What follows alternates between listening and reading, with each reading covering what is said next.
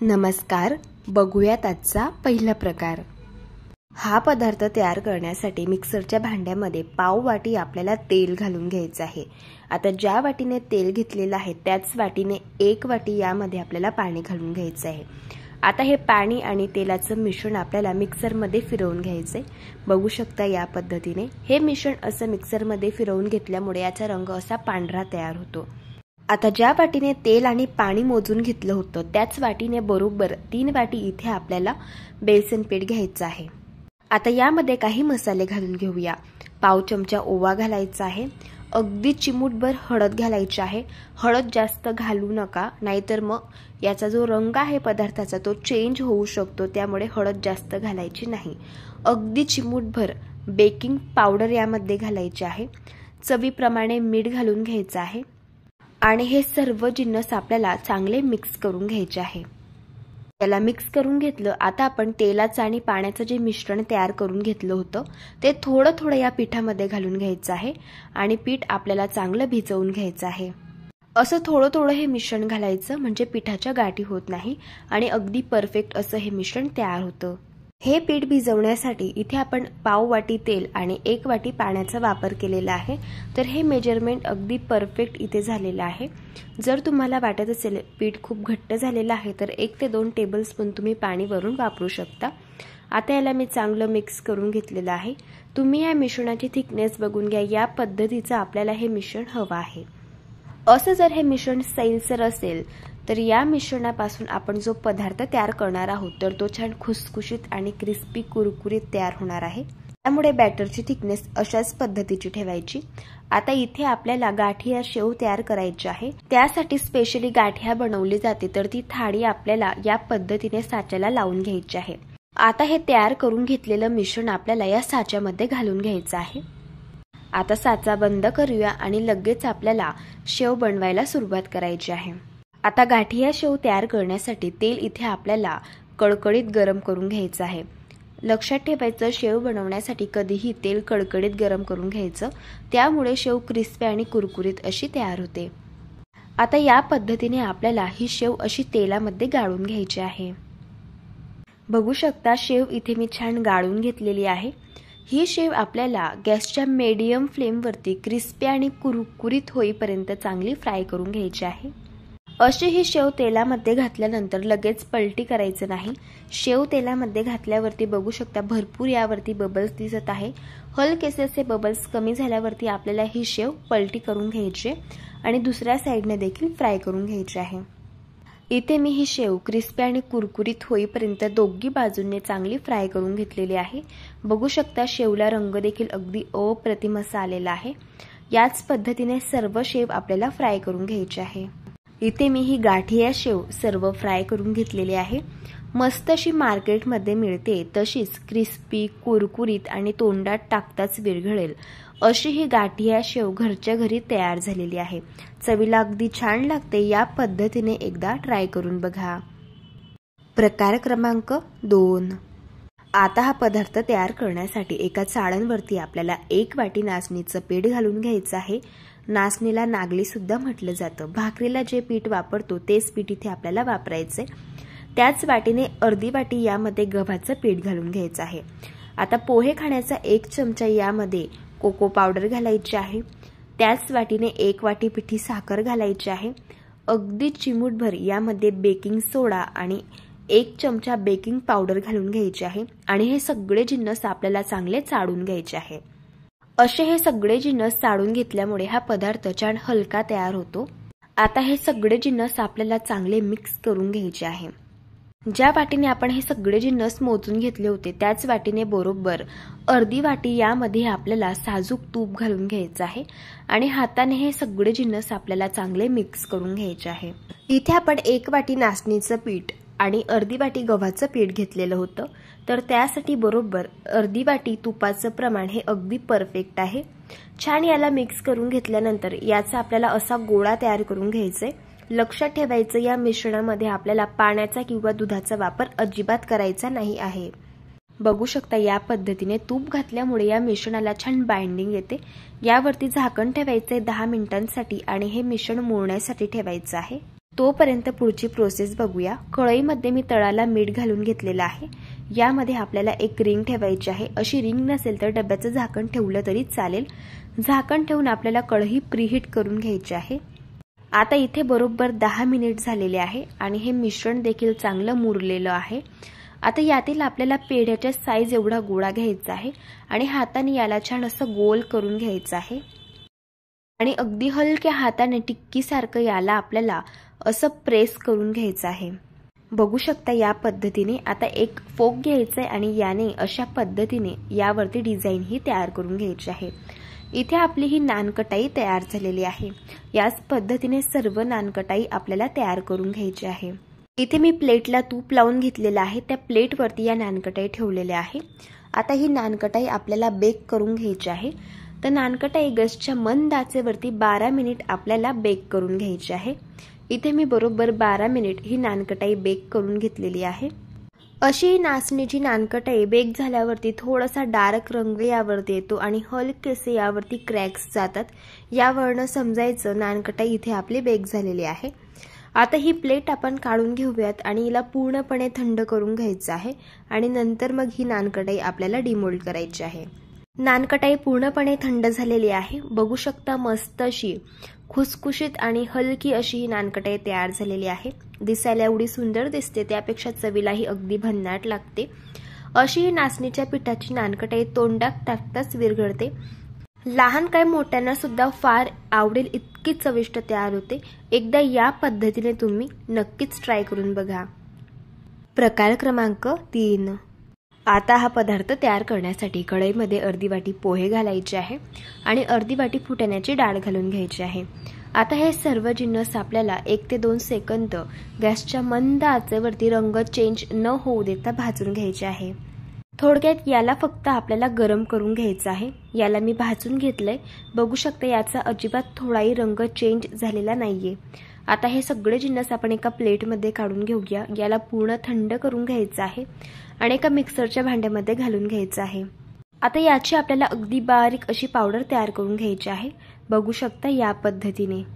आता याला आपण चाळून घेऊयात। त्यासाठी इथे मी चाळण घेतलेली आहे। यामध्ये ही तयार केलेली पावडर घालून घ्यायची आहे। आता ज्या वाटीने हे सगळे जिन्नस मोजून घेतले होते त्याच वाटीने बरोबर 1 वाटी यामध्ये तांदळाचं पीठ घालून घ्यायचं आहे आणि सगळे जिन्नस आपल्याला चांगले चाळून घ्यायचे आहे। बघू शकता या पद्धतीने। यामध्ये आता काही मसाले घालून घेऊया। अर्धा चमचा ओवा घालायचा आहे। 1 चमचा पांढरे तीळ घालून घेऊया। 1 चमचा जिरं घालूया। आता इथे मी 1 चमचा लाल तिखट घेतलेला आहे। 1 चमचा धणे पावडर घेतली। पाव चमचा हिंग घेतला आणि पाव चमचा हळदी पावडर घेतलेली आहे। हे मसाले या पिठामध्ये घालून घ्यायचे आहे। पोहे खाण्याचे 3 चमचे यामध्ये आपल्याला वितळवून घेतलेला बटर घालायचा आहे।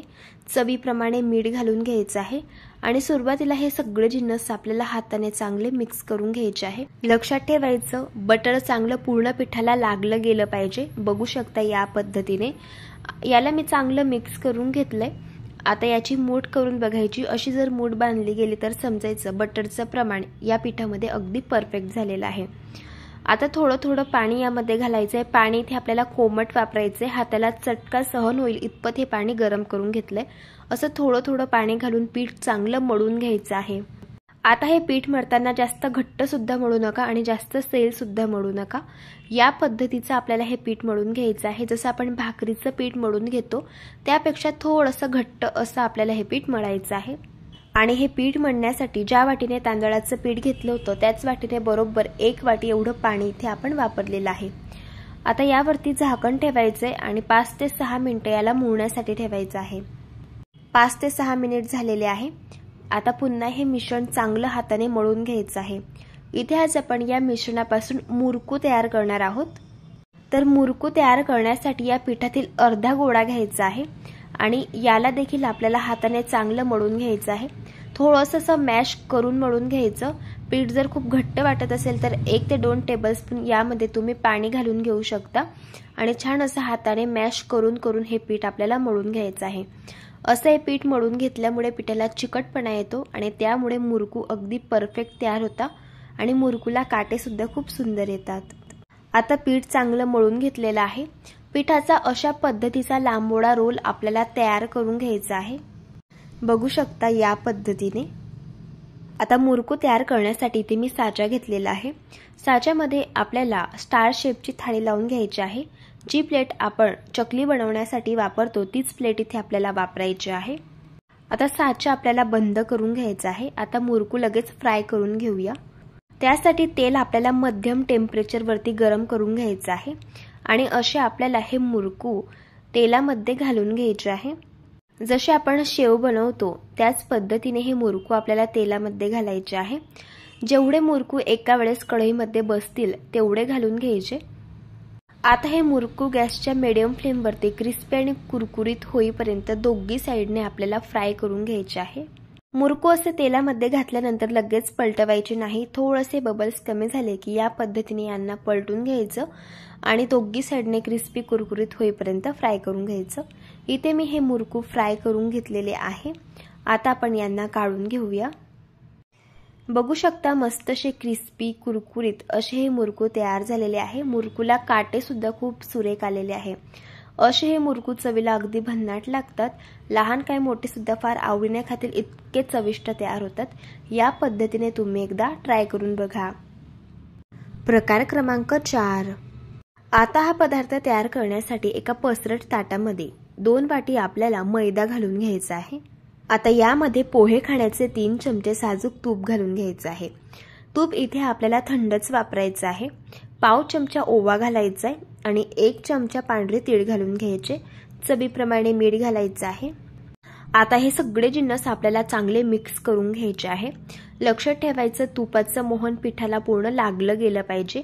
आता पिठाची अशा पद्धतीची मोठ करून बघायची। अशी मोठ जर बांधली गेली तर समजायचं पिठामध्ये तुपाचं मोहन अगदी परफेक्ट झालेलं आहे। आता थोडं थोडं पिठामध्ये पाणी घालायचं आहे आणि पिठाचा आपल्याला अगदी घट्ट असा गोळा मळून घ्यायचा आहे। जसं आपण पुरीसाठी पीठ मळून घेतो तसंच आपल्याला अगदी घट्ट असं हे पीठ मळून घ्यायचं आहे। लक्षात ठेवा इथे आपल्याला या पिठापासून चिरोटे तयार करायचे आहे। त्यामुळे पीठ जेवढं घट्ट मळता येईल तेवढं घट्ट मळून घ्यायचं। या पद्धतीने जर पीठ सैल मळलं तर चिरोटे हे आतून कच्चे राहू शकतात। आता पिठावरती मी झाकण ठेवून 5 मिनिटं याला मुरण्यासाठी ठेवलेलं आहे। तोपर्यंत पुढची प्रोसेस बघूया। पोहे खाण्याचे 3 चमचे साजूक तूप घेतलं आणि त्यामध्ये 3 चमचे आपल्याला मैदा घालून घ्यायचा आहे आणि याला मिक्स करून घ्यायचंय। इथे आपला हा साठा देखील तयार झाला। आता पीठ सुद्धा मुरलं गेलेलं आहे। पिठातील आपल्याला अशा पद्धतीचे छोटे छोटे गोळे तयार करून घ्यायचे आहे। तर एका वेळी आपल्याला 6 गोळे हे तयार करून घ्यायचे आहे कारण आपण एकावरती 1 चपाती ठेवणार आहोत। त्यामुळे असे 6 छोटे गोळे मी तयार करून घेतले। आता याला थोडंसं पीठ लावून घ्यायचं आणि आपल्याला हे गोळे लाटून घ्यायचे आहे। तर याची आपल्याला अगदी पातळशी चपाती लाटून घ्यायची। बघू शकता या पद्धतीने। आता आपण तुपाचा तयार करून घेतलेला जो साठा आहे तर तो आपल्याला या चपातीवरती लावून घ्यायचा आहे। साधारण अर्धा चमचा साठा इथे मी या चपातीवरती घालून घेतला आणि असं आपल्याला याला छान लावून घ्यायचं आहे। आता लगेच आपल्याला यावरती दुसरी चपाती ठेवायची आहे। यावरती देखील आपल्याला हा तयार करून घेतलेला साठा लावून घ्यायचा आहे। या पद्धतीने असा साठा लावून घेतल्यामुळे चिरोट्यांना छान लेयर्स पडतात आणि मस्त अशी खारीसारखी चिरोटी तयार होतात। आता यावरती तिसरी चपाती ठेवलेली आहे। पुन्हा थोडासा साठा लावायचा आहे या पद्धतीने। याच प्रकारे एकावरती एक आपल्याला ही तयार करून घेतलेल्या चपात्या ठेवायच्या आहे आणि बरोबर 6 चपात्या एकावरती एक ठेवून द्यायच्या आहेत। आता इथे मी या सगळ्या चपात्या एकावरती एक लावून घेतलेल्या आहे आणि जी वरची चपाती आहे तर तिला सुद्धा साठा लावून घेतलेला आहे। आता याचा आपल्याला अगदी टाईट अशा पद्धतीचा रोल हा तयार करून घ्यायचा आहे। आता हा रोल आपल्याला हलक्या हाताने असा प्रेस करून घ्यायचा आहे आणि याला कट करून घ्यायचं आहे। साधारण 1-1 सेंटीमीटरच्या अंतरावरती अशा पद्धतीने आपल्याला याला कट करून घ्यायचं आहे। बघू शकता या पद्धतीने। यातील मी एक चिरोटा तुम्हाला दाखवत आहे। बघू शकता याला मस्त अशा लेयर्स पडलेले आहे आणि याच पद्धतीने सगळे चिरोटे मी तयार करून घेतले। आता चिरोटे आपण फ्राय करून घेऊयात। तर त्यासाठी तेल मीडियम टेम्परेचर वरती गरम करून घ्यायचं आहे आणि हे चिरोटे आपल्याला गॅसच्या अगदी मंद आचेवरती क्रिस्पी आणि कुरकुरीत होईपर्यंत फ्राय करून घ्यायचे आहे। चिरोटे गॅसच्या मंद आचेवरती फ्राय करून घेतल्यामुळे चिरोट्यांना छान लेयर्स पडतात आणि मस्तसे क्रिस्पी कुरकुरीत असे हे चिरोटे फ्राय होतात। चिरोटे एका साईडने फ्राय झाल्यावरती दुसऱ्या साईडने पलटी करून घ्यायचे आणि मस्तसे क्रिस्पी कुरकुरीत होईपर्यंत हलक्या गुलाबी रंगावरती फ्राय करून घ्यायचे। इथे मी चिरोटे फ्राय करून घेतले। बघू शकता चिरोट्यांना मस्त असे लेयर्स पडलेले आहे आणि छान असे खारीसारखे हे चिरोटे खुसखुशीत तयार झालेले आहे। असे हे चिरोटे चवीलाही अगदी भन्नाट लागतात आणि मस्त असे क्रिस्पी कुरकुरीत असे तयार होता। या पद्धतीने तुम्ही एकदा ट्राय करून बघा। प्रकार क्रमांक 5। आता हा पदार्थ तयार करण्यासाठी 1 कप इथे आपल्याला मैदा घ्यायचा आहे। अर्धा कप यामध्ये बेसन पीठ घालून घ्यायचं आहे। बेसन पिठामुळे या पदार्थाला चव खूप छान येते। आणि पाव कप यामध्ये बारीक रवा घालायचा आहे। लक्षात ठेवायचं बारीक रव्याचाच यासाठी वापर करायचा आहे। अर्धा चमचा बेकिंग पावडर घालून घ्यायची आहे आणि पाव चमचा बेकिंग सोडा घालायचा आहे आणि हे सगळे जिन्नस आपल्याला चांगले चाळून घ्यायचे आहे। असे हे सगळे जिन्नस चाळून घेतल्यामुळे हा पदार्थ वजनाला खूप हलका फुलका तयार होतो। आता हे सगळे जिन्नस आपल्याला चांगले मिक्स करून घ्यायचे आहे। यामध्ये पाव चमचा वेलची पावडर घालून घ्यायची आहे आणि याला मिक्स करून घ्यायचे। इथे आपले हे कोरडे जिन्नस तयार झाले। आता पुढची प्रोसेस बघूया। इथे आपल्याला एका बाउलमध्ये अर्धा कप तूप घालून घ्यायचं आहे। आता हे तूप आपल्याला 6 ते 7 मिनिटं या पद्धतीने चांगलं फेटून घ्यायचं आहे। असं हे तूप फेटून घेतल्यामुळे या तुपाचा रंग पांढरा होतो या पद्धतीने आणि हे तूप देखील अगदी हलकं फुलकं तयार होतं। आता यामध्ये आपल्याला 1 कप पिठी साखर घालून घ्यायची आहे। अशी ही पिठी साखर थोडी थोडी यामध्ये घालायची आहे आणि असं मिक्स करत जायचं आहे।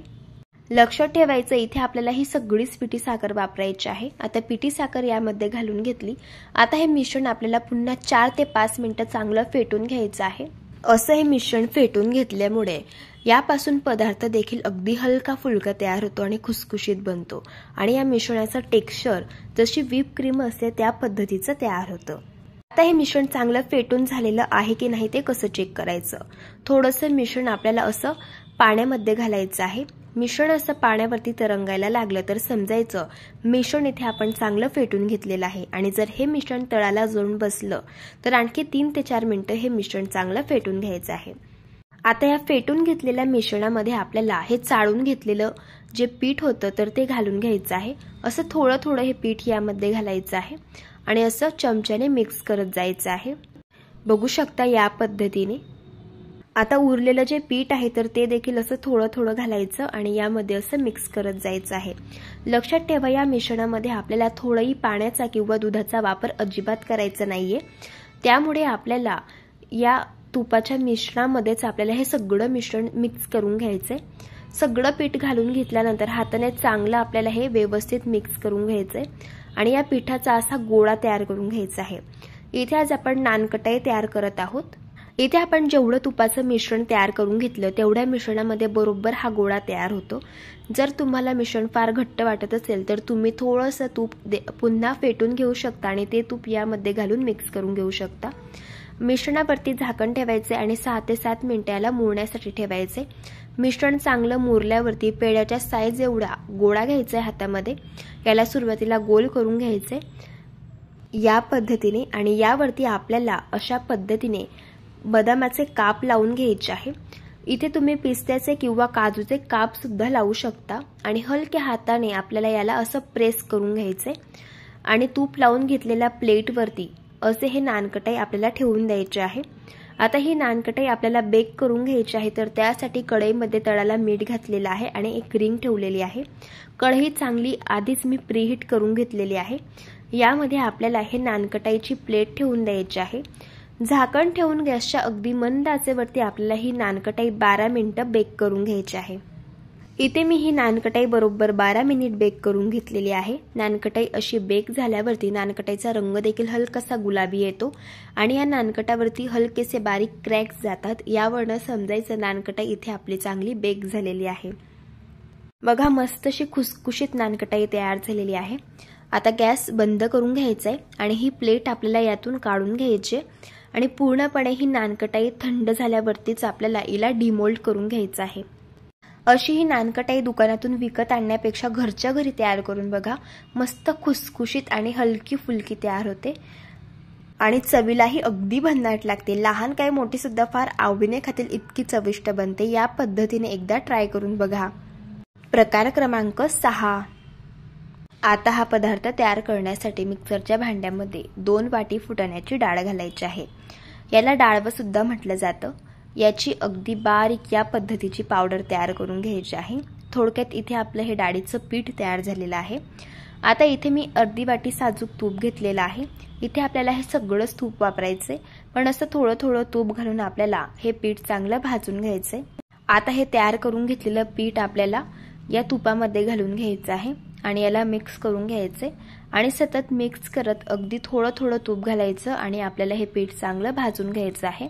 इथे आपण फुटाण्याच्या डाळीचे लाडू तयार करत आहोत, तर त्यासाठी हे पीठ चांगलं भाजून घ्यायचं आहे। शक्यतो बेसन पिठापासून लाडू बनवले जातात, पण बेसन पीठ भाजायला फार वेळ लागतो। फुटाण्याची डाळ ऑलरेडी भाजलेली असते, त्यामुळे यापासून लाडू अगदी झटपट तयार होतात आणि हे पीठ देखील भाजायला जास्त वेळ लागत नाही। अगदी 3 ते 4 मिनिटांमध्ये पीठ चांगलं भाजलं जातं। थोडं थोडं तूप घालून बघू शकता, इथे मी हे पीठ चांगलं भाजून घेत आहे। जसं जसं हे पीठ भाजलं जातं तसं तसं यातून तूप रिलीज व्हायला सुरुवात होते आणि हे मिश्रण देखील असं सैलसर तयार होतं। यावरून समजायचं पीठ चांगलं भाजून झालेलं आहे आणि या मिश्रणामधून हलकासा सुगंध देखील रिलीज होतो। बघू शकता इथे हे मिश्रण मी चांगलं भाजून घेतलेलं आहे। मिश्रण छान असं सैलसर झालेलं आहे आणि याला तूप सुटलेलं आहे। गॅस बंद करायचा आहे आणि याला एका बाउलमध्ये थंड होण्यासाठी काढून घ्यायचं आहे। मिश्रण पूर्णपणे थंड झालेलं आहे। आता एका चाळणमध्ये 1 वाटी पिठी साखर घालून घ्यायचे। गोड आवडीप्रमाणे कमी जास्त करू शकता आणि ही पिठी साखर आपल्याला चांगली चाळून घ्यायची आहे आणि हे छान आपल्याला यामध्ये मिक्स करून घ्यायचे।